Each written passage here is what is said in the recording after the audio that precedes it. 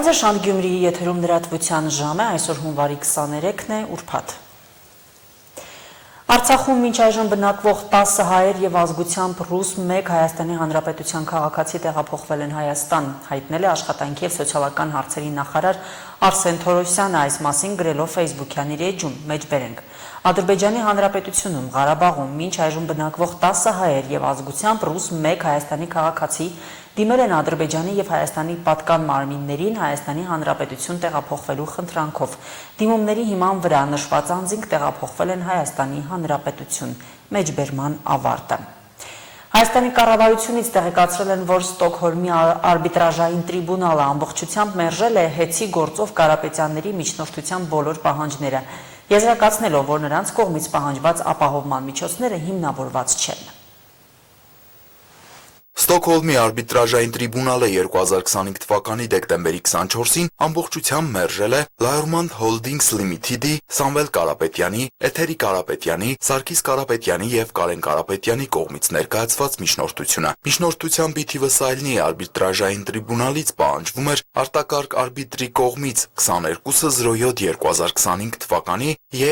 2025-121 վճռի Հայաստանի Հանրապետության կողմից չկատարման փաստի հաստատումը։ Հայաստանի էլեկտրական ցանցեր Փակbaşնետիրական ընկերության լիցենզիայի եւ վերջինիս կառավարման մարմինների անդամների լիազորությունների վերականգնումը, ինչպես նաեւ նշանակված ժամանակավոր կառավարչի լիազորությունների դադարեցումը։ Բացի այդ, տրիբունալից հայցվել էր նաեւ արգելել Հեցի բաժնետոմսերի կամ այլ ակտիվների հարկադիր վաճառքը, օտարումը կամ որևէ այլ եղանակով տնօրինումը։ Արբիտրաժային տրիբունալն ամբողջությամբ մերժել է նշված բոլոր պահանջները, եզրակացնելով, որ հայցվորների կողմից պահանջված ապահովման միջոցները հիմնավորված չեն։ Արբիտրաժային տրիբունալը նաև որոշել է, որ միջնորդության քննության հետ կապված բոլոր ծախսերը ամբողջությամբ կրելու է հայցվոր կողմը։ Այս որոշման պահպանվում է արբիտրաժային վարույթի ամբողջականությունը եւ համակողմանիությունը, ապահովելով, որ հետագա ցանկացած որոշում կկայացվի բոլոր վերաբերելի ապացույցների հիման վրա եւ արբիտրաժային տրիբունալի իր իրավազորության եւ կիրառելի իրավունքի վերաբերյալ գնահատականի համաձայն։ Հայաստանը ողջունում է տվյալ որոշումը, որը կայացվել է վեճ նստեյության լուծելու իրավասություն ունեցող արբիտրաժային տրիբունալի, այլ ոչ թե արտակարգ արբիտրի կողմից։ Հայաստանի Հանրապետությունը վերահաստատում է իր հանձնառությունը արբիտրաժային վարույթին մասնակցել բարձր պրոֆեսիոնալիզմով եւ գործընթացի նկատմամբ լիակատար հարգանքով, միաժամանակ հետեւողականորեն պաշտպանելով իր դիրքորոշումները եւ շահերը, ինչպես նաեւ շարունակելով կառուցողական համագործակցությունը հայցվոր կողմի եւ արբիտրաժային տրիբունալի հետ։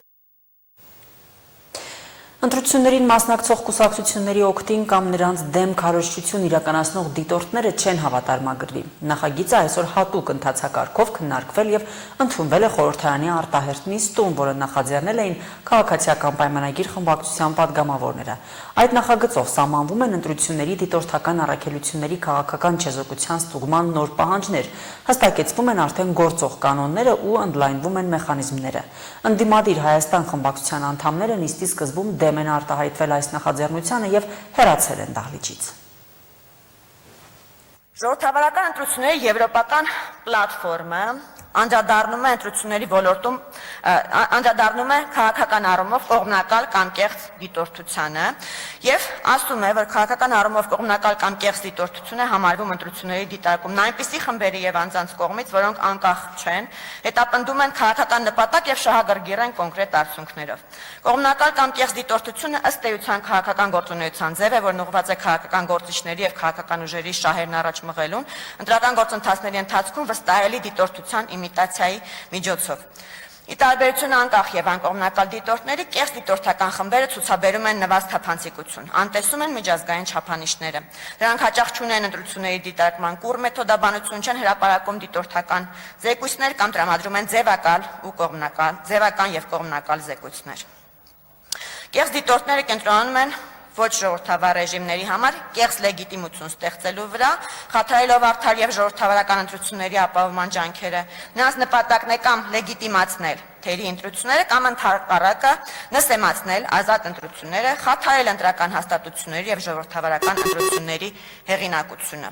Այսպիսի դիտորդական առաքելությունները փորձում են չեզոք հասնել վստահելի կազմակերպությունների եւ անկախ դիտորդների կարծիքները։ Ենթադրվում է, որ ըստ նախագծի ընդունման կարիքը առաջացել է ինչ-որ կոնկրետ գործնական ինչ-որ դեպքից կամ դեպքերից, եթե այդպես է, կխնդրեմ ներկայացնեք ինչի մասին է խոսքը։ Առաջին անգամ այս խնդիրը բարձրաձայնել է ականատես դիտորդական առաքելությունը նախորդ տարվա Գյումրու ընտրությունների ժամանակ եւ առաքելության զեկույցը երբ նայում ենք, տեսնում ենք, որ այդ զեկույցի մեջ դիտորդական առաքելությունը նշել է հետեւյալը. չնայած քարոզչություն անելու արգելքին, իսկ մեր ընտրական օրենսդրության 23 օրենսգրքի 23-րդ հոդվածը արգելում է դիտորդական առաքելություններին եւ դրանցում ներգրաված դիտորդներին զբաղվել քարոզչությամբ եւ նախընտրական քարոզչություն իրականացնել։ Գյումրու ավականու ընտրություններում դիտարկվել են քաղաքական կողմնակալության դրսևորումներ ԿԸՀ կողմից հավատարմագրված հայաքվե դիտորդական առաքելության կողմից, որն ընդգրկել է նաեւ պարլամենտարիզմի զարգացման միջազգային կենտրոն եւ երիտասարդական ակումբների դաշնություն ՀԿ-ները, փաստացի հանդես գալով հայաքվե ազգային քաղաքական միավորման անունից։ Մասնավորապես հայաքվե դիտորդական առաքելություն եւ վերջինիս դիտորդները չեն պահպանել քաղաքական չեզոքության կանոններ եւ նախընտրական քարոզչության ժամանակահատվածում իրականացրել են ակտիվ քարոզչություն հիմնականում քաղաքացիական պայմանագիր կուսակցության դեմ։ Նույն խնդիրը արձանագրվել է, արձագանքեք կարողանամ շարունակել, էլի։ Շարունակեք։ Շնորհակալություն։ Նույն խնդիրը արձանագրվել է վաղ շաբաթի ընտրությունների ժամանակ, արդեն նախորդ տարվա նոյեմբերին, եւ կրկին ականատես դիտորդական առաքելությունը եւ նաեւ անկախ դիտորդական առաքելությունը այս մասին բարձրաձայնել են եւ նաեւ կենտրոնական ընտրական հանձնաժողով են դիմել այս հարցով, որ կենտրոնական ընտրական հանձնաժողովը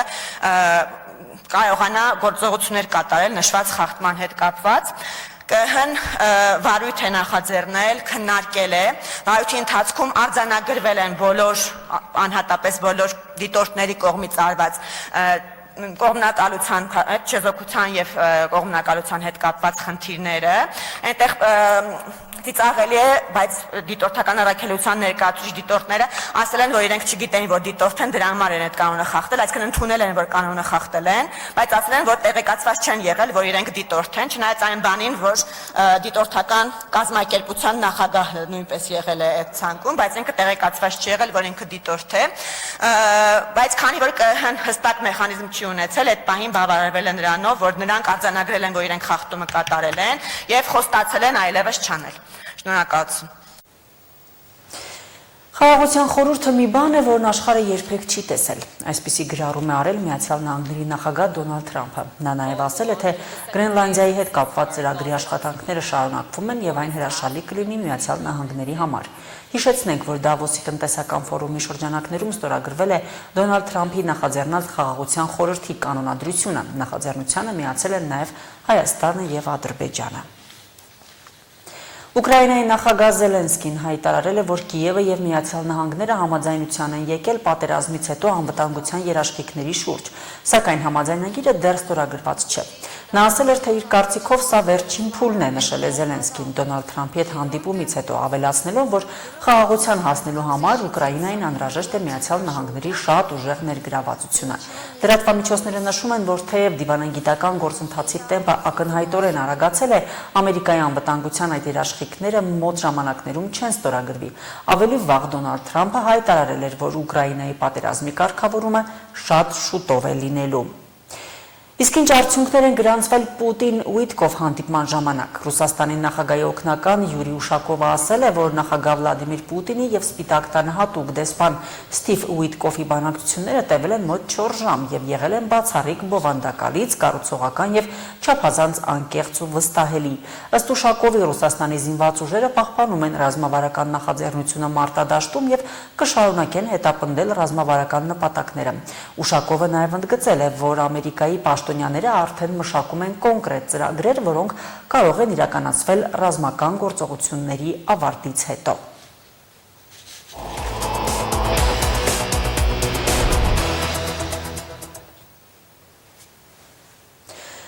Գյումրին միայն պատմություն ունեցող հին շենքերով եւ ճարտարապետությամբ չէ, որ գրավող է։ Այդ շենքերը անուն ու ճանաչում են ստացել հայտնի մարդկանց շնորհիվ։ Քաղաքը մարդիկ են ու նրանց շուրջ պատմությունները, որոնք իրական են ու չչափազանցված։ Այստեղ անհատների նախաձեռնությունները յուրօրինակ են, չկրկնվող, կարող են այնպիսի միտք ու գաղափար զարգացնել, որ անգամ աշխարհում լինի եզակիներից մեկը։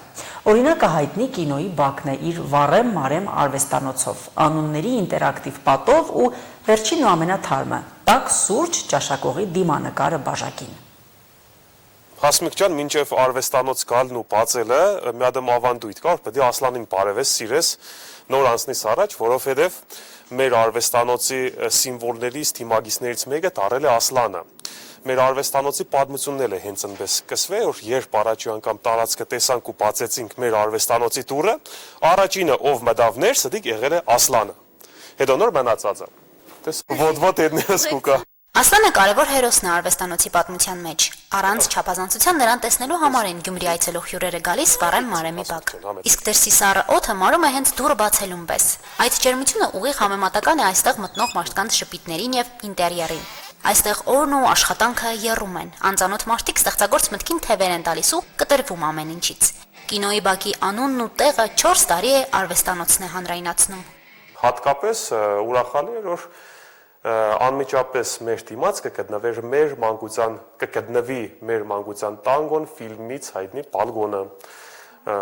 որտեղ Գալյանովենց ու մեր Մգրչյանը խաղացին այն ամենալեգենդար դարձած էպիզոդը։ Այդ էպիզոդները թևավոր խոսք դարձած, անգամ վերապատկերում են քաղաք հյուր եկողները։ Վերադարձ այդ ամենին էլի կլինի, երբ պատշգամբը վերականգնված կլինի։ Գտնվել հայ ֆիլմի հանճարեղ կինոյի պատշգամբի հարևանությամբ ու չվառել արվեստի լույսը գրեթե անհնար էր, ու արվեստանոցն այդպես անվանեցին։ Վարեմ Մարեմ մենք նաև մի քանի ձևով կմեկնաբանենք մեր արվեստանոցի գործունեությունը։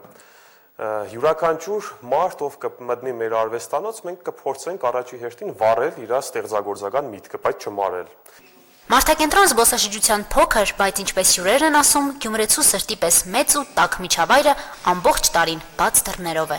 Ուղղակի միամիտ անցնելուց հայտնի պատշգամբի մոտով ծանոթացել ենք մի մեծ ընտանիքի հետ, ովքեր ներկայացնում են այդտեղ Վարեմ Մարեմը ու շատ հետաքրքիր տարբեր բաներով են զբաղվում։ Սիրում են իրենց գործը։ Երբ որ Գյումրի ենք գալիս, միանգամից առաջինը մտածում ենք գնանք Վարեմ Մարեմ։ Ասլանն ու աշխարհում եզակի անունների պատը արվեստանոցի այցեքարտն են։ Սովորական գաղափարը նրանք վերածեցին զբոսաշրջային նախաձեռնության։ Ընդամենը 2 տարում պատին հավաքվել է շուրջ 100,000 անուն ու դեռ շարունակելի է։ Անուններն արվեստանոցում պատրաստված կավե սալիկներով են հավաքում, ապա գունավորում։ Օրինակ Հայաստանի ամենապոյով մարդը կա Արշավիրը ու բացարձակ ռեկորդ է, անունից բարձր ոչ ոք չի կրնա կանգնած տեղից մինչև հիմի հավաքի 2 մետր 93 սանտիմետրի վրա է Արշավիրը հավաքի իր անունը ու գունավոր է։ Կան օրինակ նաև Տիգրան Ծիտողցյանն է հավաքի իր անունը, ազգանունը Պադին, մյուս աշխարհներից մարդիկ կան Պադի վրա, երգիչներ, բլոգերներ, դերասաններ, դեսպաններ, Սերժ Թանգյանը իր ընտանիքի հետ միասին։ Անունների ինտերակտիվ պատի համար շատերն են գալիս, օտարերկրյա հյուրերին շատ է գրավում։ Օրինակ Մյունխենում արդեն կրկնօրինակել են այս գաղափարը, իհարկե ունենալով Վարեմ Մարեմ արվեստանոցի համաձայնությունը։ Իսկ թե ինչ կանեն, երբ պատին այլևս տեղ չմնա, Միկան Գյումրեցուն բնորոշ հումորով է պատասխանում։ Այս պատը մեծ է, փողոցը երկար է, երգիրն է կլոր է։ Երբ որ արդեն ֆեռացինք հասանք այս կողմը, ամբողջ երգիրը ֆեռացինք, այդ վաղ նոր կմտածենք, թե ինչ պետք է անենք։ Որպեսզի ներս ու դրսի ջերմությունը կինոյի բակում միշտ պահպանվի, մի նոր մտահղացումով են աչքի ընկել։ Տաք սուրճ ձեր դիմանկարով։ Բարև ձեզ։ Նայեք, ստեղ որ կուկակ, ձեզի համով կոֆե կուտամ, վերջում բաժակներդ կնայինք նոր տեխնոլոգիայով, զգուշկերնիկ ինչ որ մտածիք լավ բան կերևա, այդ էլ հետիք չէ, որ համով կոֆե կուտամ, համ բաժակ կնայեմ, 5 րոպե որ խելոկանից ձերքով ձեզի կնկարեն բաժակի վրա։ Քանի որ ես նկարչում եմ, մարդկանց դեմքեր շատ կսիրեմ, սուրճն էլ մեր օրվա մեմասն է, որոշեցինք արվեստային լուծումներով մատուցենք սուրճը, որ տարբերվող եղնի Հայաստանի տարբեր վայրերից ևս։ Մեկ օրում տասնյակ դիմանկարներ է նկարում Մարիամը։ Արվեստն ու սուրճը անբաժան են իր համար։ Դրա համար համ եփած սուրճն է համով լինում, համ էլ դիմանկարով մի բուռ էմոցիա ու շպիտներ է տալիս հյուրերին։ Տեսեք ինչքան նման է։ Մարիամ, ոսկի ձեռքեր ունիս։ Դիմանկարից բացի մեկ այլ էմոցիա, երբ թղթե բաժակի տակ գուշակություն է։ Արվեստանոցի գուշակը հենց ինքն է, Մարիամը։ Ու հետաքրքիրն էլ այն է, որ բաժակ նայողը զուգադիպորեն ճիշտ է կարդացել մտքերն ու գուշակել ապագատ։ Այդ արվեստանոցում կրեատիվ են բոլորը ու դրանով են քաղաքը դարձնում գրավիչ։ Եկող գնաց հողին պատմում են քաղաքի մարդկանց մասին։ Հասմիկ Թումասյան, Արարատ Ծատուրյան, Հորիզոն։